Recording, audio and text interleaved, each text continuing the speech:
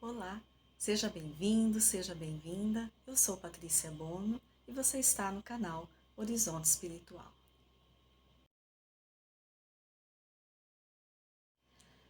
Olá, amigos. Então, dando sequência ao estudo do nosso livro Seara dos Médiuns, Psicografia de Francisco Cândido Xavier pelo Espírito Emmanuel. Hoje nós vamos falar sobre dois capítulos, o capítulo 11 e o capítulo 12.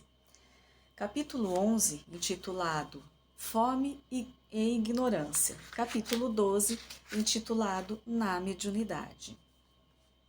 Então, no capítulo 11, Emmanuel nos diz assim: atentos ao impositivo do estudo, a fim de que a luz do entendimento nos ensine a caminhar com segurança e a viver proveitosamente, estabeleçamos alguns confrontos entre a fome e a ignorância. São dois dos grandes flagelos da humanidade. Então é interessante que nesse capítulo aqui, Emmanuel ele faz assim como ele diz, ele confronta, né? Então ele especifica o que seria fome e o que seria ignorância. Ele dá um monte de exemplos, né? Eu vou ler alguns aqui apenas. Ele diz assim: a fome ameniza o corpo, a ignorância obscurece a alma. A fome atormenta, a ignorância anestesia. Então, olha que interessante que Emmanuel traz para nós, né? Ele diz, por exemplo, que a fome atormenta. Sim, ele está falando do corpo físico, da fome física, né? Estamos com fome, então a gente fica meio que atormentado mesmo, né? Quando está com muita fome e tal. Mas não é apenas da fome física que Emmanuel está falando. Então vamos seguir aqui no texto. E ele diz então que a fome atormenta e a ignorância anestesia. Ou seja, a ignorância nos paralisa por vários motivos. Ela anestesia, ela nos paralisa, né? Aí ele vem seguindo, ele diz assim: em todos os lugares vemos o faminto e também o ignorante, em diversas situações. Né? Então, claramente a gente sabe muito bem disso, né? Nós vemos tanto o faminto quanto o ignorante, porque também somos, né? Ou famintos ou ignorantes. Então, ele diz assim: o faminto anuncia a própria necessidade, o ignorante engana a si mesmo. Olha que interessante essa frase de Emmanuel. Então, se pensarmos na fome, então ele diz que o faminto ele anuncia a sua fome, né? Ele anuncia que está com fome, né? Tanto do corpo físico quanto do outro aspecto que a gente ainda vai comentar sobre isso, que o Emmanuel está querendo dizer. Ele faz, na realidade, uma analogia, uma comparação entre a fome que a gente sente, né, dessa necessidade básica, que é de nos alimentarmos. Ele fala dessa fome física, mas ele também fala da fome do espírito. Então, ele está fazendo uma comparação. E a ignorância, diz Emmanuel, ela engana, o ignorante, aliás, ele engana a si mesmo. Por quê? Ele tenta enganar as pessoas, mas ele, em primeiro lugar, ele engana a si mesmo. Porque ele não falou que a ignorância anestesia? Então, aquela pessoa que acha que ela já aprendeu de tudo, que ela já sabe tudo, né? Que ela não precisa melhorar nada, ou então que ela não consegue melhorar nada porque ela é assim mesmo. Né? Aqui são alguns exemplos. Então ele diz, a ignorância ela anestesia, ela nos paralisa e o ignorante ele acaba se iludindo. Então ele diz para ele mesmo, né? Se não, eu já aprendi tudo, ou eu não tenho mais nada para aprender, ou não preciso melhorar, não preciso aprender, o que eu estou buscando, da forma como eu estou buscando, está certo. E assim ele permanece nessa inércia, ele permanece anestesiado. Então, isso que o Emmanuel está falando para nós, entre fome e ignorância, então nós podemos pensar fome física, ignorância do conhecimento, óbvio, né, de não termos um conhecimento de determinado assunto, mas nós temos que pensar tudo em relação ao espírito, porque aí realmente que o Emmanuel está querendo chegar. E ainda mais com relação aos médiuns, né? Porque esse aqui é um estudo Seara dos Médiuns, o título do livro. Então, um estudo da mediunidade, do comportamento dos médiuns, da moral, né, dos médiuns, que deveria ter os médiuns. Então, ele está fazendo essa comparação entre toda essa fome física e ignorância, né, em relação à matéria, como também a fome e a ignorância em relação à mediunidade, em relação ao espírito. Aí, seguindo para o final do capítulo, ele diz assim: qualquer pessoa pode atender a fome.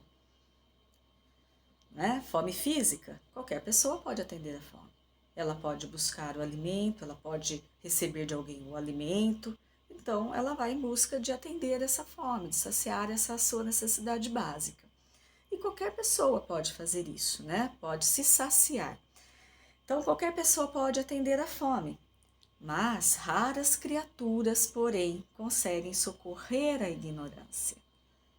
Aí Emmanuel entra mais profundamente. Para sanar a fome, basta estender o pão, né? Basta ofertar o pão, ou comprar o pão, ou fazer o pão, não é? A gente vai ali saciar a nossa fome. Agora, para extinguir a ignorância, é indispensável fazer luz. Isso não está fora de nós. A luz está dentro de nós. Né? Então, nós não temos que buscar fora, nada fora de nós. Tudo que nós precisamos para saciar, para sanar, para liquidarmos, né, com essa nossa ignorância espiritual, está dentro de nós. E continua Emmanuel. Nesse sentido, mentalizemos o provedor divino, Jesus. Todos sabemos que o pão entregue pelos discípulos a Jesus, a fim de ser multiplicado em favor dos famintos, é aproximadamente o mesmo pão de hoje. Aproximadamente o mesmo pão de hoje, que podemos amassar com facilidade. Mas a luz entregue pelo Senhor aos discípulos para ser multiplicada em favor dos ignorantes exige perseverança incansável no serviço do bem aos outros, com espírito de amor puro e sacrifício integral. Então, olha que comparação interessante Emmanuel faz. Ele pega, então, esse episódio, né, bíblico da multiplicação dos pães. Então, ele diz, naquele momento, Jesus saciou a fome física, orgânica, né, das pessoas que estavam com fome, ali multiplicando os pães. Mas, como em toda a atitude de Jesus, né, ele não estava só saciando a fome. Ele estava junto com aquela satisfação do alimento, ele estava distribuindo a sua luz. Jesus também naquele momento distribuía a verdade, distribuía a sua luz. Então Emmanuel diz que para distribuir a luz, que para sanar a fome, é fácil. Né? De várias maneiras a gente pode, tanto da nossa fome física como a do outro, a gente pode saciar. Mas a nossa ignorância, porque nós não vamos aliviar a ignorância das outras pessoas, aí é cada um por si, mas a nossa ignorância, ela exige um trabalho, ela exige um esforço nosso, ela exige uma transformação íntima, uma reforma íntima, mudança de atitudes, de paradigmas, mudança da forma de olhar as pessoas e a vida. Aí sim, nós vamos aos poucos conseguir eliminar de nós essa ignorância. Então, exige, como diz Emmanuel, um sacrifício integral. O que seria esse sacrifício, né, integral? Seria realmente a nossa mudança de conduta. Porque a partir do momento que buscamos, que entendemos, que conhecemos a palavra de Jesus, que sabemos que nós devemos nos transformar, sermos melhores, né? Por exemplo, com uma fala de Jesus, que é pagar o mal, né? Sempre, todo mal, pagar o mal com o bem. Isso é uma transformação muito grande, porque não podemos, sabemos, né, que não podemos mais fazer o mal em revide aquele mal que recebemos. Nós temos que, também não basta não fazermos nada, nós temos que fazer o bem. É isso que os Espíritos explicam para Kardec também. Quando Allan Kardec pergunta no Livro dos Espíritos se basta não fazermos o mal para evoluirmos, né, para crescermos, para conseguirmos a nossa reforma íntima, então basta não fazermos o mal, os Espíritos respondem que não.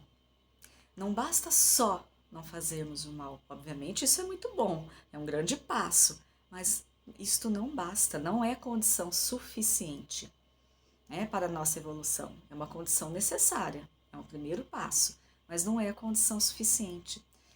Então eles respondem a Allan Kardec, não basta não fazermos o mal. Nós temos que fazer o bem até o limite de nossas forças. Veja bem que resposta. Fazermos o bem até o limite de nossas forças. Porque nós vamos ser cobrados, né, por todo o mal que aconteça, pelo bem que deixemos de praticar. Então, essa resposta dos Espíritos é algo que nós temos que refletir muito. Não basta não fazermos o mal, nós temos que fazer também o bem, né? Então, esse sacrifício integral que Emmanuel nos diz, pegando esse gancho, né, da palavra de Jesus, que pede para que a gente pague com o bem todo o mal que a gente receba, é isso, é um sacrifício. Então, quando a gente pensa, e porque nós aprendemos, já sabemos que nós não devemos revidar, não devemos julgar, né? Nós temos que perdoar, que tentar esquecer. Então, tudo isso é um sacrifício grande na nossa intimidade. Porque a gente já vem de tantas reencarnações, de tantas outras experiências, pagando o mal com o mal, não é mesmo?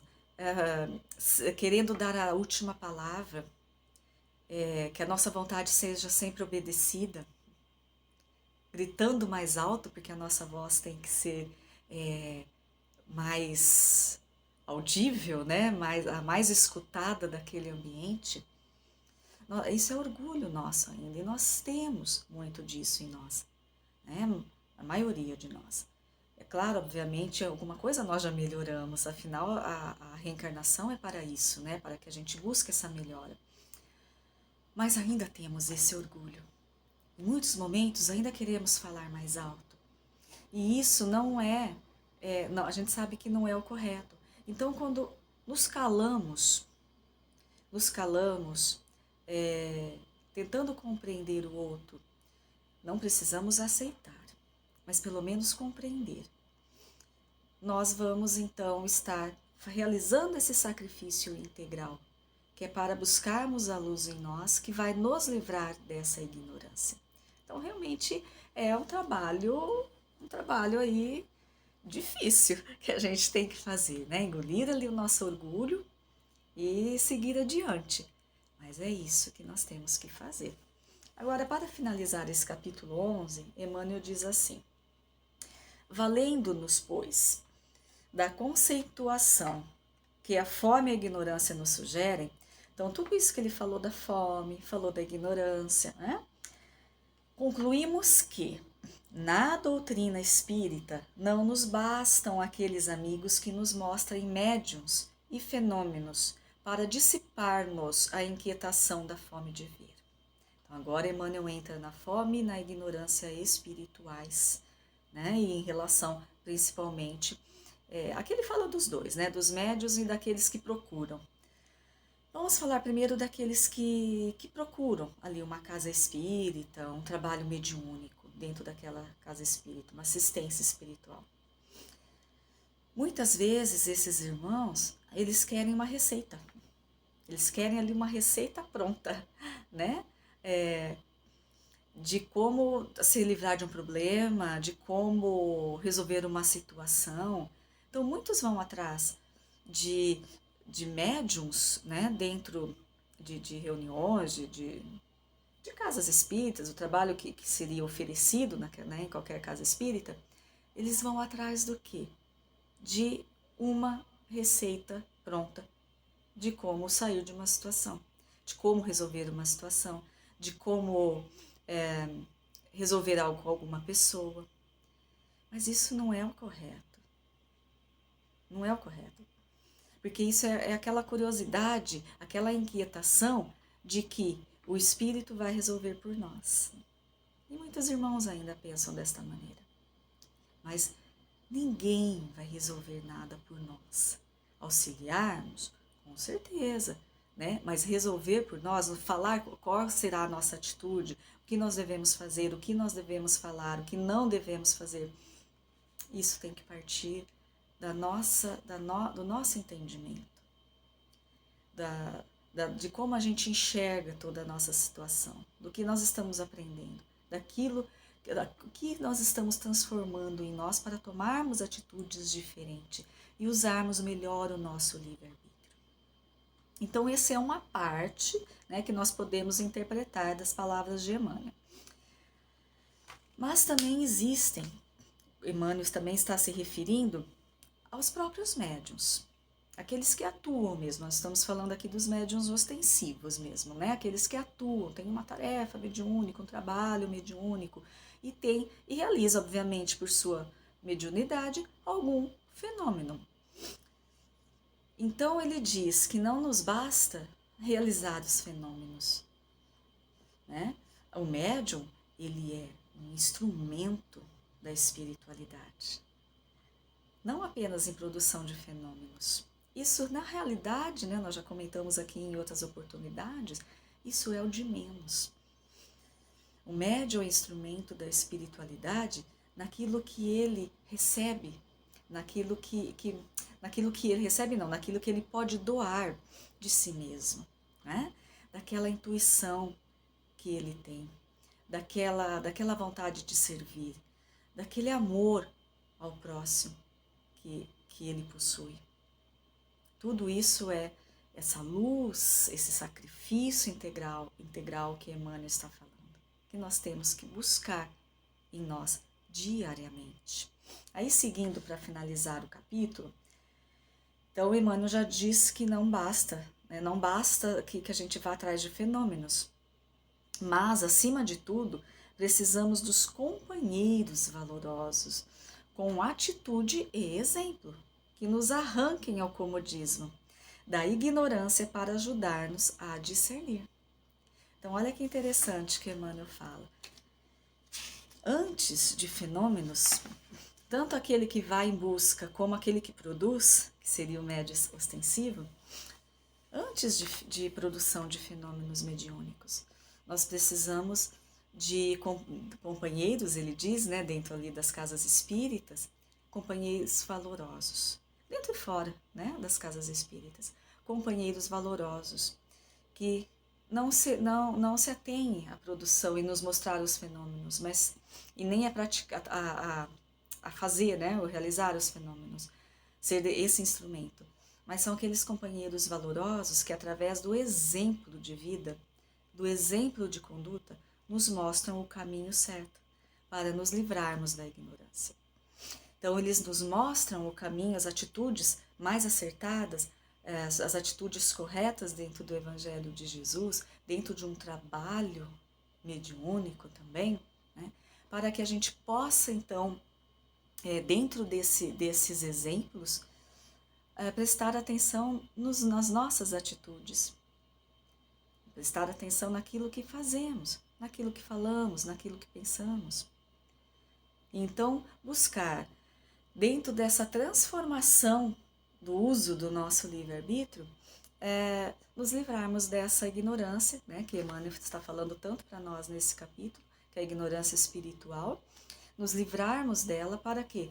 Para a nossa ascensão, para sairmos dessa ociosidade, para sairmos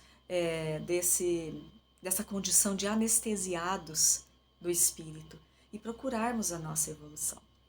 Então, para fechar o capítulo, Emmanuel quer dizer, vamos focar nos médiuns, né, ostensivos. Emmanuel quer dizer que o médium tem que compreender que fenômeno ele vai acontecer dentro de uma reunião mediúnica, né, dentro de um trabalho mediúnico, porque é assim que funciona. Mas não é isso que basta. O que basta até para o trabalho do médium dentro da reunião mediúnica também é a sua moralidade, é a sua dignidade, é a forma como ele atua na vida, é a forma como ele usa o seu livre-arbítrio. Então aqui a gente pode fazer essa pergunta para nós mesmos, né? Nós somos que pessoas, onde nós nos enquadramos? Nos famintos ou nos ignorantes? Onde nós nos enquadramos? Ou em nenhum deles? Então essa pergunta que a gente faça, né? Cada um faça para si mesmo. Onde estamos nos enquadrando dentro deste trabalho mediúnico? Dentro da doutrina espírita, não só dentro, né, do trabalho mediúnico, dentro da doutrina espírita. Nós somos os famintos que querem ver, né? Que querem absorver só desses fenômenos, ou nós somos aqueles, os ignorantes espirituais, que não estão buscando também o conhecimento. Tanto um quanto o outro é complicado, né? É complicado. Nós devemos trabalhar em nós a condição de não sermos nem os famintos, né? Que vivem nessa ilusão, né? Nessa superficialidade, melhor dizendo, né? Nessa superficialidade das coisas. Ou também na ignorância, né? Que é também espiritual.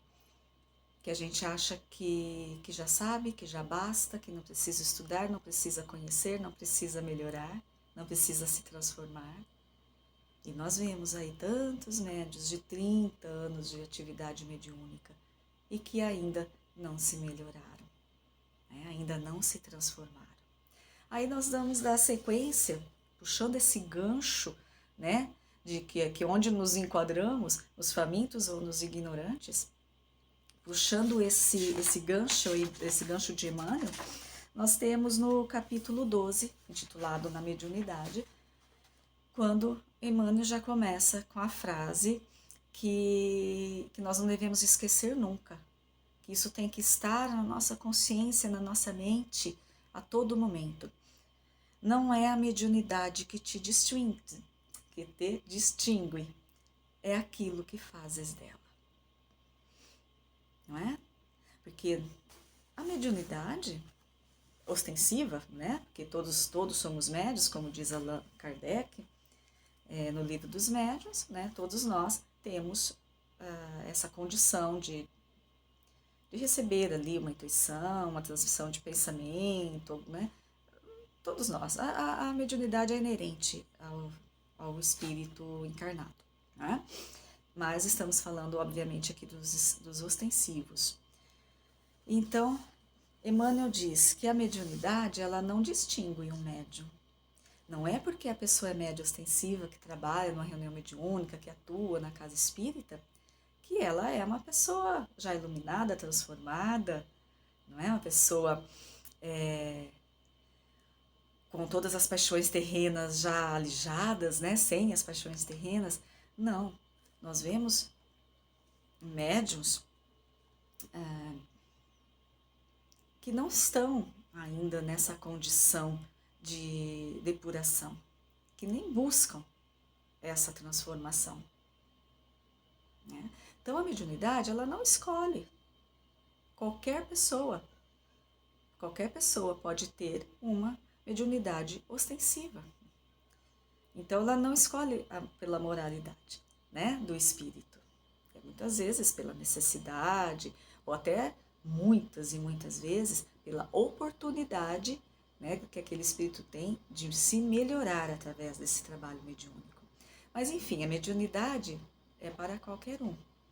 Agora, o que vai distinguir, né, aquela pessoa, aquela mediunidade, é aquilo que o médium faz dela. É aquilo como ele atua. Então aí entra novamente o capítulo anterior, a fome e a ignorância, onde nos situamos dentro da doutrina espírita, dentro do trabalho mediúnico. Então esse é um ponto muito importante para a reflexão. Aí Emmanuel continua dizendo que a ação do instrumento varia conforme a atitude do servidor.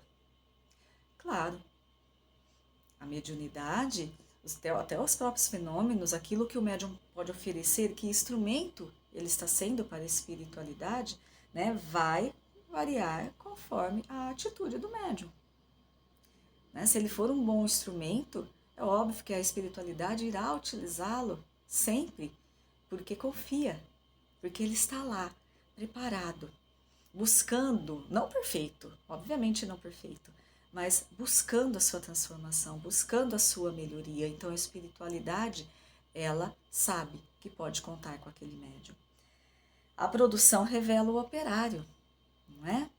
Como Jesus já nos falou, conhecemos a boa árvore através dos seus frutos. O que a pessoa oferece? Não só o trabalho mediúnico, mas a vida, aos que estão à sua volta, aos seus familiares, aos seus semelhantes que convivem, não é, com ela. O que ela oferece? Então, reflexão. A pena mostra a alma de quem escreve, e o patrimônio caminha no rumo que o mordomo dirige. Ou seja, meus amigos, responsabilidade 100% nossa, de cada um de nós. Aí, seguindo para finalizar o capítulo,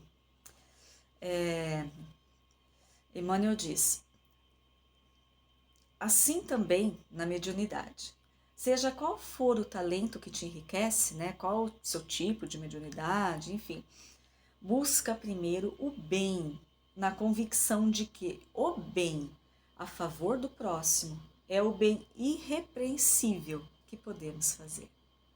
Né? Pagar todo o mal que recebemos com o bem. Desse modo, ainda que te sintas imperfeito e desajustado, infeliz ou doente, utiliza a força medianímica de que a vida te envolve, ajudando e educando, amparando e servindo, no auxílio aos semelhantes. Porque o bem que fizeres retornará dos outros ao teu próprio caminho, como bênção de Deus a brilhar sobre ti. Lindo, né? Esse último parágrafo deste capítulo 12. Então, Emmanuel está falando algo que é muito sério também. Muitas vezes, a gente deixa de ir para o nosso trabalho mediúnico, de realizar a nossa tarefa mediúnica, por acharmos que naquele dia não estamos bem, ou estamos doentes, né? Ou estamos tristes, ou tivemos alguma atitude ali durante o dia que a gente já percebe que, né, que foi errado. Então, falou, olha, meu Deus, desviei hoje do caminho, né? Hoje tenho trabalho mediúnico, então não vou, não tô com a vibração boa.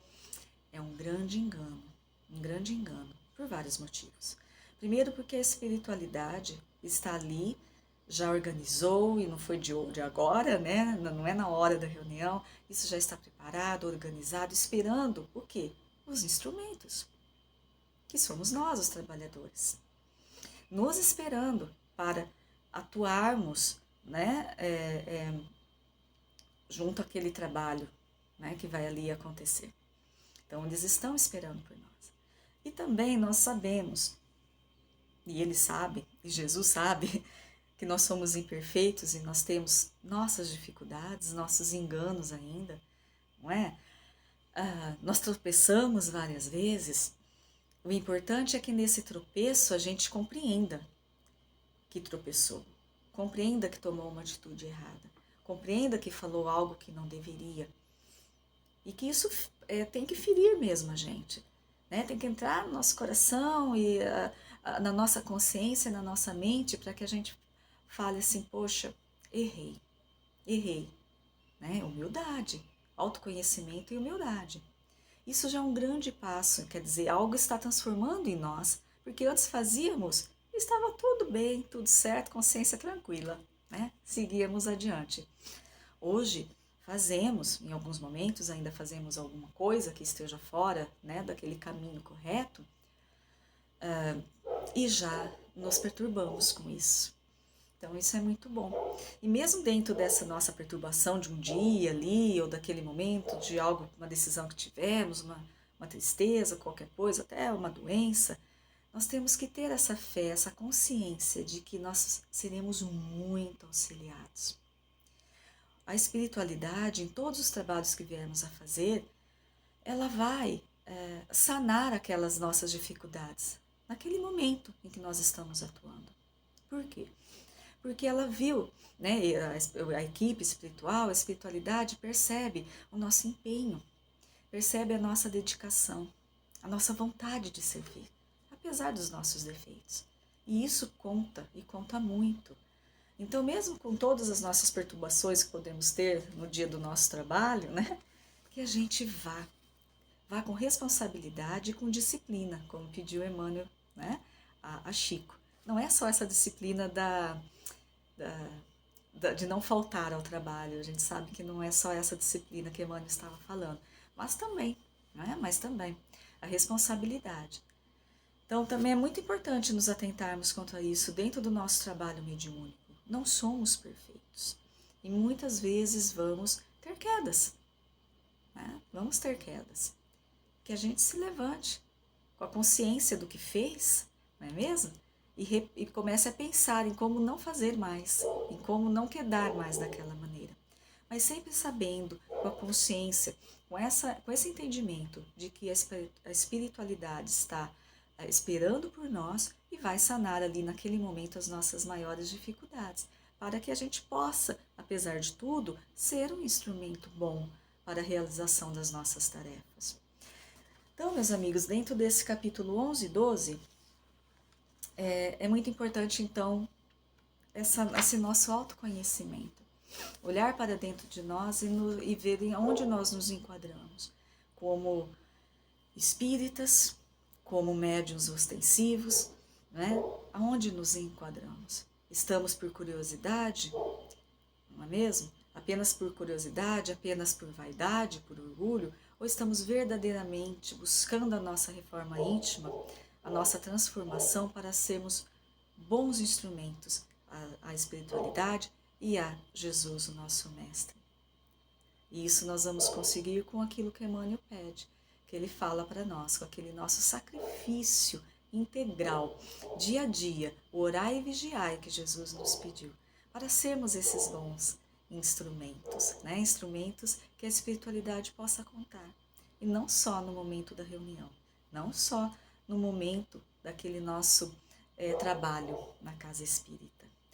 Todos os dias, todas as horas, né? Acordado ou dormindo, nós podemos ser instrumentos de Jesus para fazermos o bem, para auxiliarmos, para ajudarmos naquilo a que fomos chamados.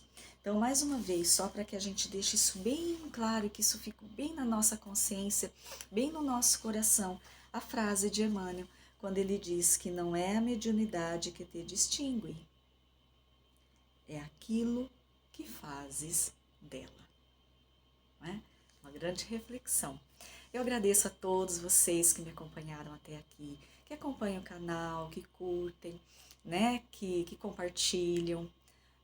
Enfim, é muito bom saber que essa está sendo propagada, né, a doutrina espírita, a mediunidade coerente, consciente, bem educada. É isso que a gente tem que buscar, né? A gente tem que buscar essa conscientização dentro dos postulados da doutrina espírita, dentro daquilo que Jesus trouxe para nós do seu Evangelho, não é mesmo? Então eu agradeço a todos vocês e até o nosso próximo encontro com a continuação do estudo do livro Seara dos Médiuns.